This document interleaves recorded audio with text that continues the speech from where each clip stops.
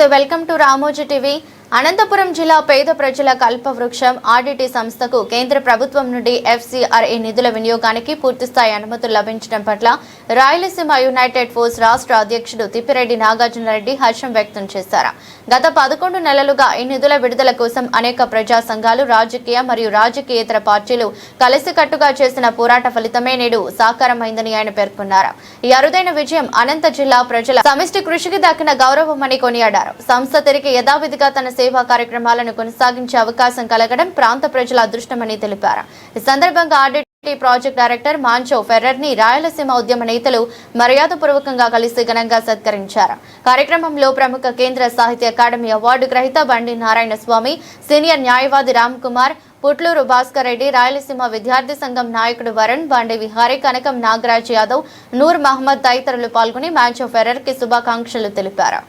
RDT సంస్థకు FCRA నిధులు renewal కావడం అభినందనీయంగా ఈరోజు మంచో సార్ను కలిసి మేము ఆయనకు అభినందనలు తెలియజేసే కార్యక్రమం రాయలసీమ ఉద్యమకారులుగా మేమందరం కూడా ఆయనకు సంఘీభావంగా ఆర్డిటి తీసుకునే భవిష్యత్తు నిర్ణయాలలో ఏదైనా కావచ్చు, అన్నిట్లో కూడా రాయలసీమ ఉద్యమకారులందరూ కూడా ఈ అనంతపురం జిల్లా కాకుండా రాయలసీమ వ్యాప్తంగా కూడా ఆర్డిటి సేవలను కొనసాగిస్తూ ఇంకా ముందుకు రావాలని చెప్పేసి కూడా ఆయన ఈ సందర్భంగా మేము కోరడం జరిగింది.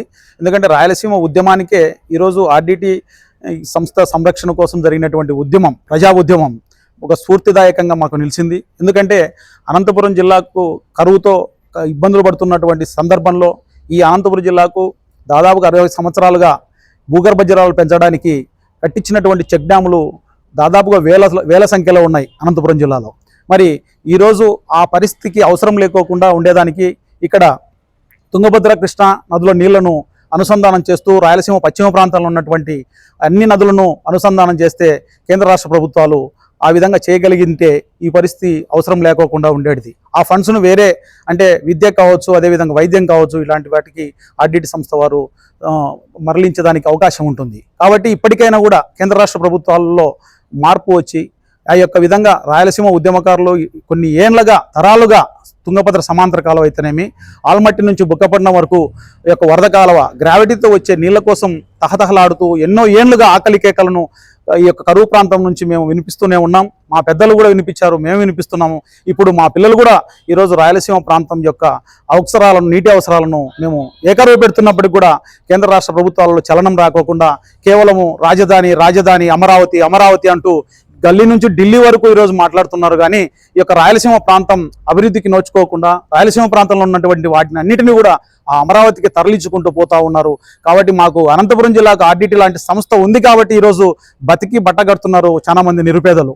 కాబట్టి ఇదే విధంగా ఈ స్వచ్ఛంద సంస్థ మీదనే ఆధారపడుకోకుండా మీరు కూడా ప్రభుత్వ పరంగా చేయాల్సినటువంటి వాటిని వెంటనే ప్రాజెక్టు కట్టి మా యొక్క రాయలసీమ కరువును రూపుమాపాలని చెప్పేసి కూడా పాలకులను సవినయంగా కోరుకుంటున్నాం. నా పేరు తిప్పిరెడ్డి నాగార్జునరెడ్డి, రాయలసీమ యునైటెడ్ ఫోర్స్ రాష్ట్ర అధ్యక్షుడు.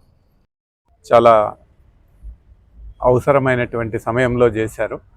ఎందుకంటే బత్తలపల్లిలో ఉన్నటువంటి వైద్యశాల కానివ్వండి, కళ్యాణదుర్గంలో ఉన్నటువంటి వైద్యశాల కానీ మనం వెళ్ళినట్లయితే అక్కడికి వస్తున్నటువంటి వైద్యం కోసం వస్తున్నటువంటి గ్రామీణ ప్రాంత పేద ప్రజలు ప్రభుత్వ వైద్యశాల కంటే కూడా ఆర్డిటి వైద్యశాల మీదనే ఎక్కువ నమ్మకంతో అక్కడికి రావడము, అక్కడ సేవలు పొందడం అనేటువంటిది జరుగుతూ ఉంది. ఇవి దాదాపు ప్రభుత్వ వైద్యశాలలతో సమానమైనటువంటి సర్వీసును ఇస్తూ ఉన్నటువంటిది. అంటే ఒక సమాంతరంగా ప్రజలకు వైద్య సేవలను ఇవ్వడంలో ఆర్డిటి వైద్యశాలలు చాలా మెరుగైనటువంటి పరిస్థితిలో ఉన్నాయి. మరీ ముఖ్యంగా మనం గమనించినట్లయితే 2021 ఆ ప్రాంతంలో వచ్చినటువంటి కోవిడ్ మహమ్మారి సమయంలో వాళ్ళు చేసినటువంటి వైద్య సేవలు ఈ ప్రాంత ప్రజలు ఎవరు కూడా మర్చిపోలేనటువంటివి.